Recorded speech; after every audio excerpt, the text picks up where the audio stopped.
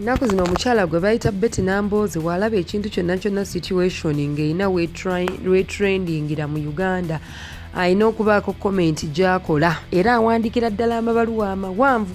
Luli eri yawandiikira Rema we yaganda abajournalist okwogera ne bbaawe.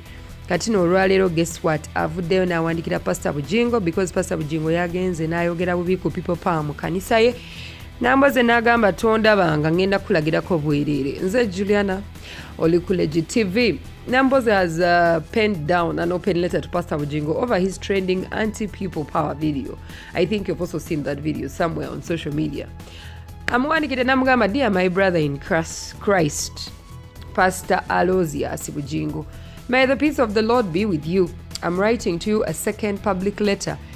Yamuwandikire yasooka yali awandiika ku Teddy ng'amugamba ky'okoze okulekawo mukyala we ate ng'oli musajja wa ddiini ate n'ogenda mu bamalaaya kibi nnyo. So agambye, I'm writing to you my second letter, this time in relation to a video circulating on social media being part of your sermon a few hours after the execution of two young people, namely Rita Nabukenya and Dan Cheyune, who were supporters of the People Power movement. In fact, may their souls rest in eternal peace. Let's have a moment of silence for these two comrades. Amen. Nambooze neyeyongera amaaso n'agamba Nabukenya was outspoken, but none of us knew Danny Cheyune. So the death that he met would have claimed anybody else. He was just caught in a situation like omuntu yenna situation you might be caught offside. Ng'oli ku bibyo essasi wallahi ne likwata. He never organized or decided to join People Power or die. In that video, you sounded as if you hold in contempt young people who have joined activism in demand for a democratic and accountable leadership in Uganda. Unfortunately, you condemned the victims and not the aggressor. Abafudde waboogeddeko naye eyabatuusizzaako ekyabatuuseko tewamwogeddeko, the oppressor. Gwe ng'omuntu abeera mu church wakoze bubi nnyo. Lekera okwekubira ku side ye, mubeera nga Juliana ku Legit TV. Juliana ekirungi agamba nti kirungi, ekibi n'akivumirira n'agamba kibi. Now, instead of appealing to the state not to kill its people, you instead used unkind words to caution your followers not to get killed by participating in political activism for change. With another political season of elections upon us, that is 2021, priests, pastors, imams again stand on the edge of a knife. If you say nothing, you would have failed to offer pastoral leadership. If you speak out with a one-sided voice like what you did, we shall stand up to challenge you, and I'm here to do exactly that. I challenge you against the reckless and insensitive talk you indulged in. First, the Bible addresses politicians and sets standards for a good leader. Good standards for leaders is found in the book of Deuteronomy chapter 17 verse 14 to 20, where it is said that kings should act like brothers to their people, submitting to God's laws and not merely accumulating wealth. A number of Christians and their pastors in the Pentecostal movement have been cited with justification for not caring sufficiently about the wider Ugandan society and for being insular and indifferent. To me, this is both an ethical failure and also a failure of the Christian mandate to love one's neighbor as oneself.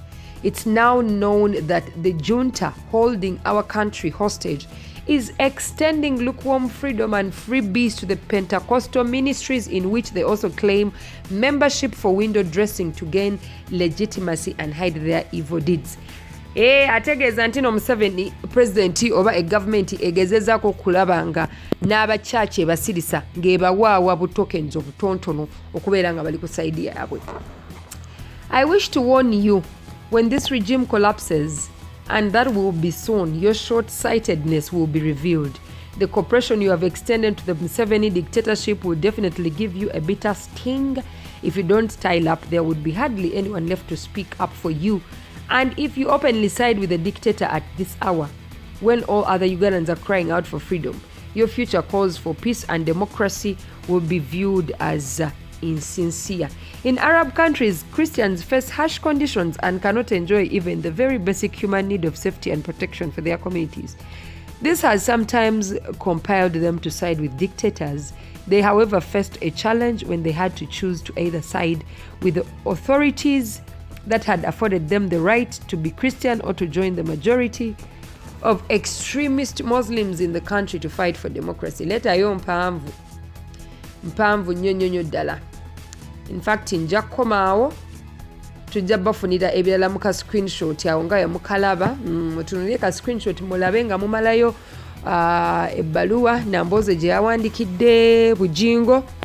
Ate woba ng'olina ky'omisinze oyinza okgenda wali eri ku social media ku pages za Honorable Betty Nambooze. She is the Mukono Municipality Member of Parliament. Munoonyaawo mu Google search bijja kuba nga butirevu bikutwala ku social media ye gye yawandiise ebbaluwa. Naye mu bufunze yabadde avumirira Bujingo okulaga nti agoberera sayidi emu mu kifo ky'okuvumirira obubi obwabadde mu kutta abaana b'Abannayuganda abatalina musango gwe bakoze. Nze Juliana oli ku legit, teweerabira kubanga okomentinga mu comment section yaffe ate okumpa thumbs up oba nga story you've found it interesting, and subscribe if it's your first time to find us. May God help us all and may He keep you and your families safe.